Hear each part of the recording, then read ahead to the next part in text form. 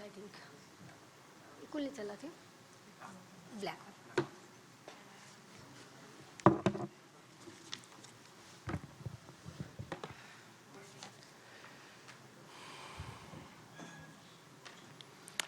Welcome, everyone. It's a great joy to give here a presentation at this 7th International Ayurveda Congress in Kathmandu. And a topic of my talk today is Maharishi Yogi's contribution to realize the full potential of Ayurveda as a truly integrative system of medicine. The framework of Ayurveda is so deep and comprehensive that actually any kind of medical system can be understood and integrated. And one key factor is the development of consciousness, which is actually the basis of any medical practice. And in a broader context, pure self-referential consciousness, or Atma, is actually that one thing which when one knows it, one can know all other things.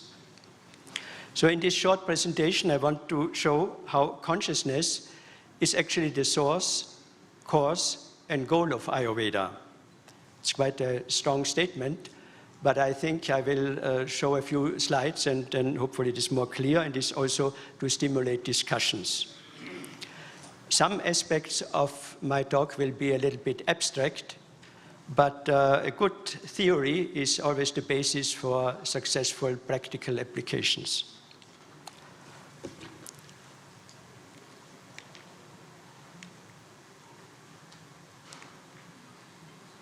So these are some of the topics which I want to cover. And some of those topics have already been mentioned by other speakers. So I present it maybe in a slightly different angle.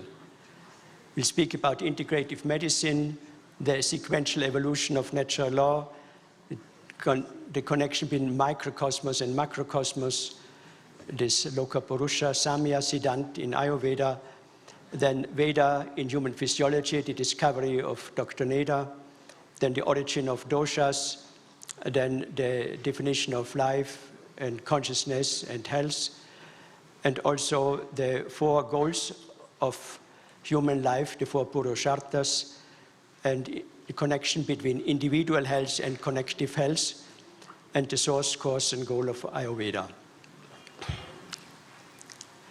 The connecting feature of all these different areas is consciousness.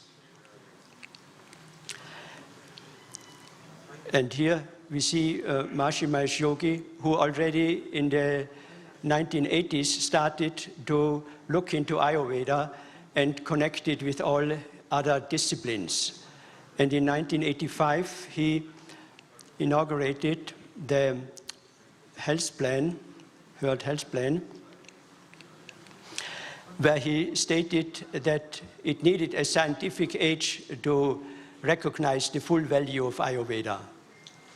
Integrative medicine, we have already heard a lot of it, and one point is clear, that integration takes place in our own consciousness. In our own consciousness, we can see the similarities between different aspects, between different disciplines, and combine them in the integrated healthcare system. As an example, Ayush, where you have integrated Ayurveda, yoga, Unani, Siddha, homeopathy, and other natural healthcare systems, because there are these similarities on the deeper levels. But we have also to integrate other areas, all areas which influence our health. Also the influence from the environment, we have heard already about that, and collective health. This is the World Plan developed by Maharishi in 1985. And just see here the first paragraph where he said it needed a scientific age for the world to appreciate the full dignity of Ayurveda as the holistic system of perfect health. And already there he mentioned the importance of the concepts of modern physics, which are very similar to the deep insights of Ayurveda. And we heard already from the talk from Dr. Hegling about this connection.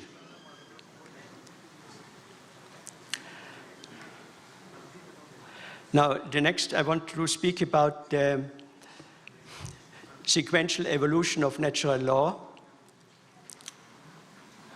from Atma, the self, to Veda, to Sharia, the body, and finally to Vishwa, the universe. And actually, when we can see that Atma is self-referral consciousness vibrating within itself, and this creates a friction, a vibration, and this are the Vedic sounds.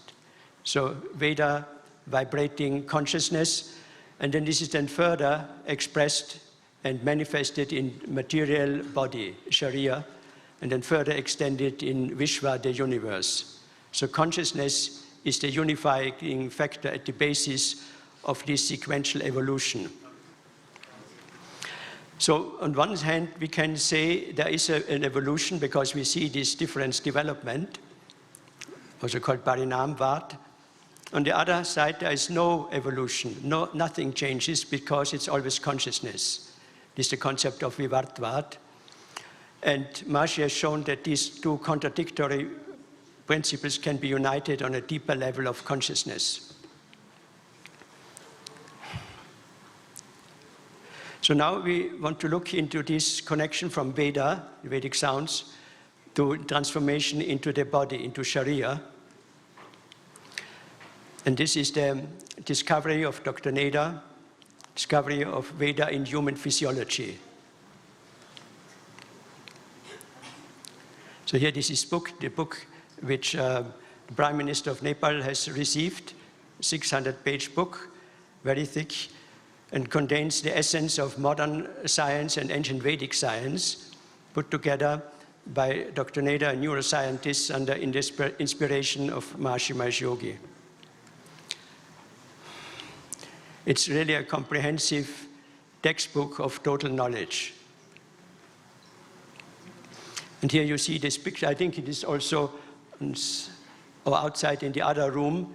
You see the depiction of the 192 suktas of Mandal 1 of Rig Veda and the corresponding nerve fibers from the central and peripheral nervous system. All areas of the body can trace back to their origin in Vedic sounds. And here we see the Yoga Sutras corresponding to the association fibers of the cerebral cortex, and the 4 lobes of the brain correspond to 4 chapters of the Yoga Sutras from Patanjali.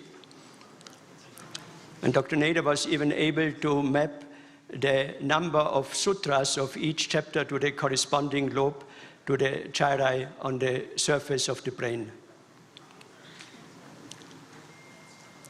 So these are some of the slides in his book. All areas of the physiology are covered. So the human physiology is the expression of Veda and the Vedic literature. That means the structures and functions of consciousness, of Atma, are expressed in the sounds of the Veda, which in turn get expressed in the structure and functions of the body.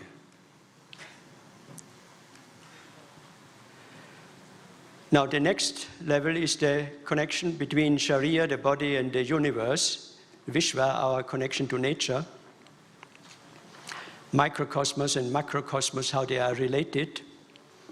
And there is this, in Charak mentioned a whole chapter about the sameness of man and his universe, the nature, Loka, Purusha, Sama, Samya, Siddhanta, very important law in Ayurveda, or in other words, Yata Pinde, Tata Brahmande, as is the atom, so is the universe. As is the body, so is the cosmic body. And there is, we come back. Actually, in that discussion amongst the rishis, it was the question, what is the medical purpose of knowing this relationship between the human person and the cosmos. And then the description is from Atreya that this is actually leads to the highest level of consciousness, to unity consciousness, that one experiences oneself expressed in the whole universe and everything in the universe in oneself.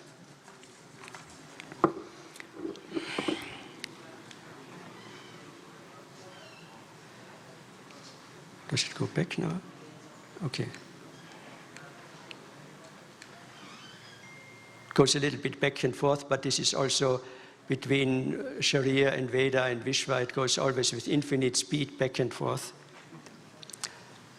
So because it's a very important topic, there's another slide I wanted to chart, and it's about the cosmic counterparts, which show this connection from another side. Here we see the planets and stars, and their cosmic counterparts in our physiology.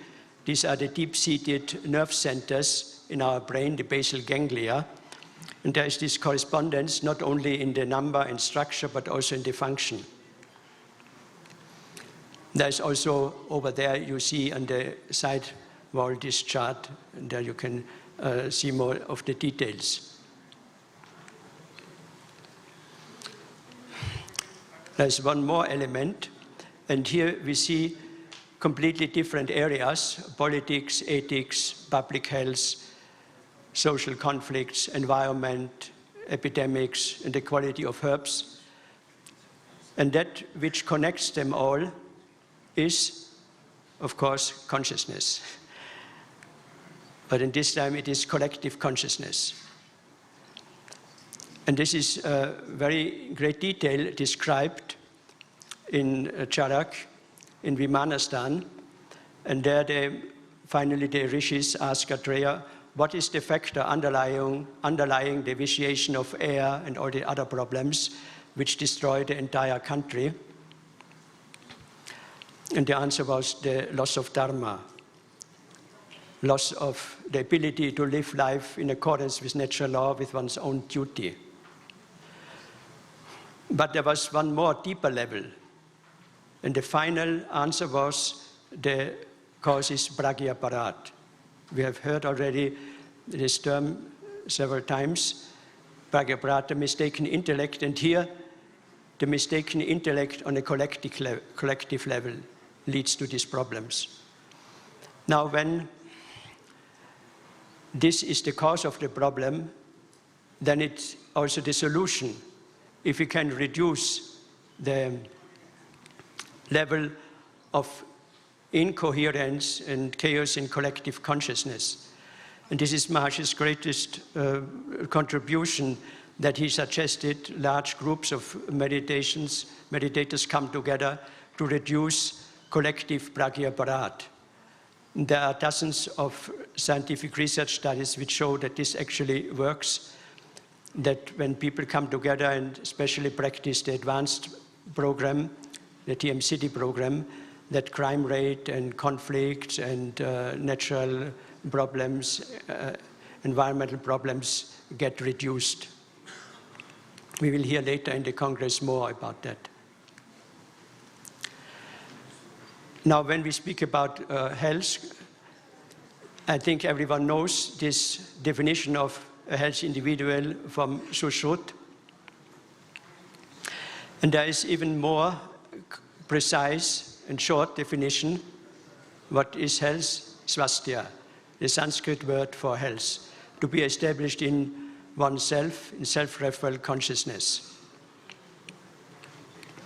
And this connection to health and consciousness is very clear, and we see this also in the achievement of the 4 purusharthas, the 4 goals of human life: dharma, artha, kama, and moksha.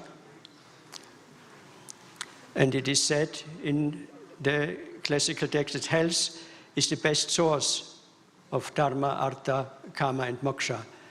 It's very interesting also when one looks at the numerous scientific research on transcendental meditation, that it shows that experiencing self-referral consciousness supports the achievement of these goals.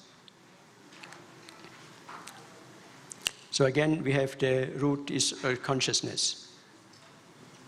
But so far we have not defined consciousness. There are so many definitions, but mainly about the content of consciousness, but not what is consciousness itself. Consciousness is that which is conscious of itself. This is from Maharishi, and I think it's the most precise and comprehensive definition of consciousness. It's a little bit bewildering because it is a feedback loop, and when you look closer, you see there are actually three elements. You have the knower, consciousness, which knows itself, the known, and the process of knowing. So subject, object, and that which connects them. So it's still one consciousness, but suddenly there appear three elements in it, three flavors. In Sanskrit, these are Rishi, Devata, and Chandas. And Maharishi called it the three-in-one structure of consciousness. It is one, together, samhita, togetherness, but at the same time it is also three. He said it's a paradox, three-in-one paradox. This is the basis of all our existence. And this now translates in the physiology because of the sequence, Atma, Veda, Sharia, the body, and then universe. So naturally, this three-in-one structure appears also in our physiology as the information units, processing units, and structuring units. And you easily can see the connection to Vata, Pitta, Kapha. So the three doshas have actually their origin in consciousness, in this three-in-one structure of consciousness.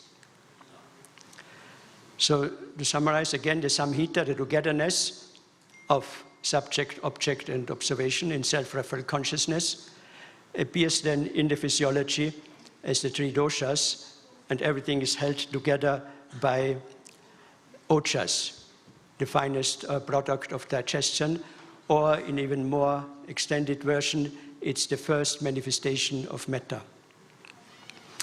And knowing that the three doshas have their origin in consciousness means that the application of the doshas and how to evaluate them gets a complete new meaning and extended more liveliness when we know this is in our own consciousness. And we will later hear also from Dr. Manohar about the pulse reading that we actually experience not only the doshas but the consciousness. Now here, this is a summary of all these different programs which Maharishi has put together. We see on the left side the different levels of creation from pure being, mind, behavior, mind, body, behavior, society, and the whole environment. And then on the right side, the corresponding level of the health, and on the right side, then the different therapeutic approaches. And the goal of all these therapeutic approaches, which cover the whole range of natural law, from cosmic influences, from the influences from the houses, the Patya Veda, till to meditation. The goal is to achieve the state of swasthya, to be established in oneself. So it's actually consciousness-based medicine, and the goal is to restore the connection between the lost connection of the body to its source in consciousness. Here we see the same now with the term which we have already discussed, Atma, Veda, Sharia, Vishwa, or here the three parts of Chikitsa, spiritual therapy and rational therapy and psychological therapies.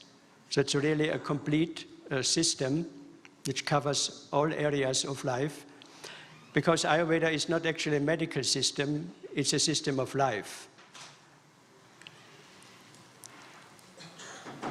A quote from Maharishi: "What is the most natural medicine?" What do you think? The most natural state of consciousness. And here I want to close with that.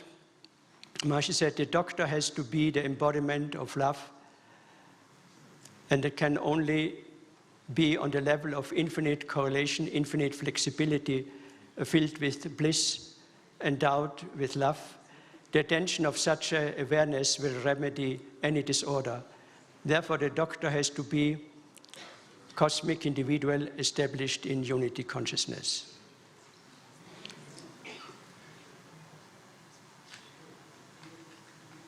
Thank you for your attention.